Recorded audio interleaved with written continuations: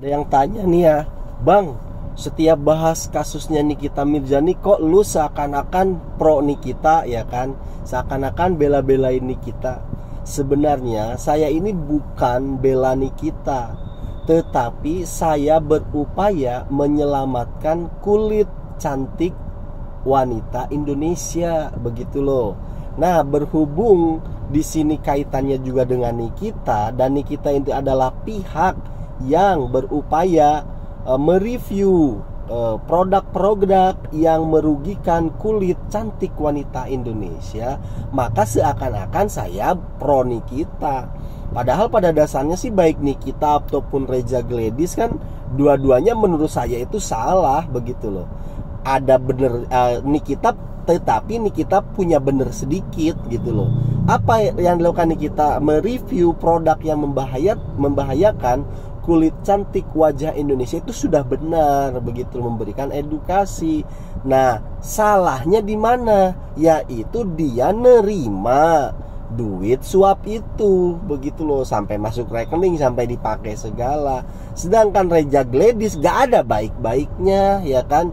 Sudah mah dia jual produk yang membahayakan wajah kulit cantik Indonesia. Yang kedua, dia berupaya menyuap, ya kan, karena penjualan produk ilegalnya ini, begitu loh. Jadi kalau dimending-mendingin sebenarnya mending Nikita, tetapi bukan berarti kita itu membela juga secara kacamata kuda gitu loh. Semuanya dibela dari Nikita, ya enggak, begitu loh. Kalau yang salah tetap kita salahkan, begitu loh.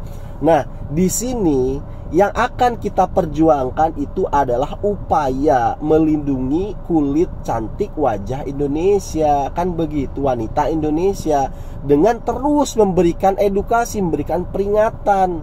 Jangan sampai fokusnya itu teralihkan malah terhadap duitnya, malah terhadap penyuapan dan pemerasannya, lupa dengan produknya, begitu loh. Nah, di sini di konten kita kali ini kita kembali ingetin bahwasanya akar dari permasalahan ini adalah produk yang overclaim, yang itu membahayakan terhadap kulit cantik wanita Indonesia, begitu, karena sudah banyak korbannya. Nah, begitu loh. Lagian nih ya, si Dr. Reza Gladys ini jangan enak-enakan dulu, begitu loh. Sekarang seakan-akan dia enak, sudah bisa memenjarain. Nah, ada salah satu pelanggaran nih selain penyuapan. Apa itu pelanggarannya? Dia merekam percakapan deal-dealan duit 4 miliar itu dengan Mail, dengan Nikita, ya kan. Kemudian disebarkan ke media, ke internet, begitu loh. Itu tuh melanggar pasal Undang-Undang ITE pasal 26 yang ancamannya bisa 1 sampai dengan 3 tahun penjara. Dari situ aja tuh dia bisa dijerat. Jangan enak-enakan dulu, jangan merasa sok menang dulu ini Dr. Reza, begitu. Belum lagi nanti pasal penyuapan, dasar pasal penjualan produk yang membahayakan, itu semuanya ada undang-undangnya, begitu. Nah, sekarang kalian kan sering dengar dalam dunia skincare overclaim. Apa sih? Ya mungkin di antara kalian sudah banyak yang familiar dan sudah tahu, tapi kan ada yang belum tahu nih. Overclaim itu maksudnya adalah klaim yang berlebihan, tidak ilmiah, tidak didasarkan pada ilmiah. Contoh, bisa memutihkan kulit dalam waktu 3 hari, misalkan begitu. Bisa membuat glowing dalam waktu 1 minggu. Itu namanya overclaim, klaim yang berlebihan, tidak didasarkan pada ilmu pengetahuan. Dan biasanya sesuatu yang sifatnya overclaim, ya kan, yang klaimnya itu lebay, berlebihan, itu mengandung di dalamnya itu zat-zat berbahaya. Salah satu contohnya adalah zat merkuri, begitu loh. Dan ada salah satu contoh orang yang wajahnya itu cewek itu sampai gosong, nggak cuma wajahnya tapi seluruh kulitnya akibat dari merkuri ini, begitu loh. Iya, kawan aku juga efek merkurinya parah banget, dari ujung kaki, muka, dan seluruh badan hancur. Kalau aku sebenarnya bukan muka aja, jadi kalian harus tahu guys, efek dari merkuri juga. Nih, Tangan aku udah kayak kulit ular kayaknya nih. Efek dari merkuri itu tersebut tuh bukan karena kulit muka aja atau bagian organ lain juga kena, tapi juga banyak banget hal-hal yang kita nggak tahu sebenarnya merkuri itu nyerapnya kemana. Dan aku juga ada baca komenan yang walaupun kita semua tuh minim sama yang namanya ilmu-ilmu kedokteran dan lain-lain itu, tapi yang aku sempat baca, merkuri itu bisa menyerap melalui peredaran darah dan menyebar ke seluruh badan. Nah, itu yang membuat efek zat merkuri itu berbahaya banget. Jadi kalian harus benar-benar hati-hati ya guys. Dan hindari merkuri untuk menjauhkan kalian dari dampak-dampak yang gak baik di kesehatan kalian, kulit kalian, dan juga organ-organ tubuh kalian yang lainnya. Kenapa nggak sampai bisa sampai gosong begitu? Jangankan kepada kulit manusia, ini nih zat berbahaya namanya merkuri ini, itu terhadap aluminium saja, ya kan, bisa aluminium itu bisa benar-benar hancur, lebur seperti debu loh.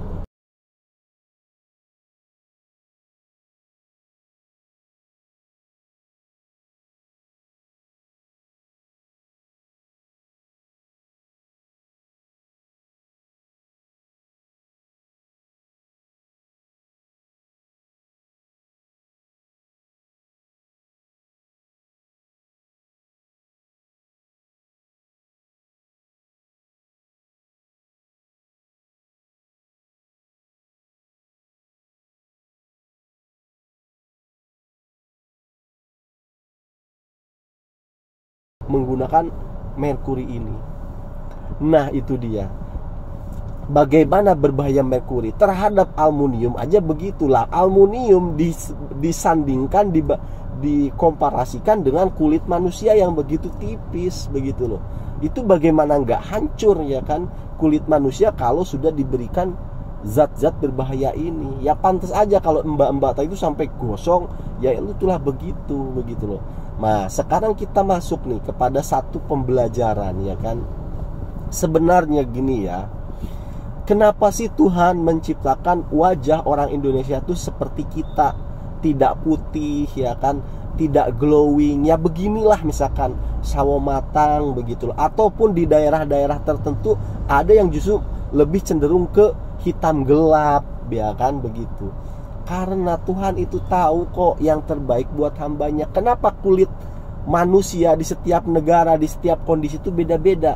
Karena begini, matahari itu kan mengandung sinar ultraviolet. Ultraviolet itu kalau berlebihan berbahaya, bisa menyebabkan kanker kulit.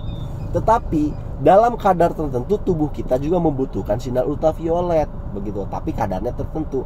Nah, warna kulit itu adalah berfungsi sebagai tameng. Kalau di negara-negara yang seperti di Khatulistiwa Indonesia itu kan paparan sinar ultravioletnya itu besar begitu loh. Maka Tuhan menciptakan kulitnya itu agak gelap.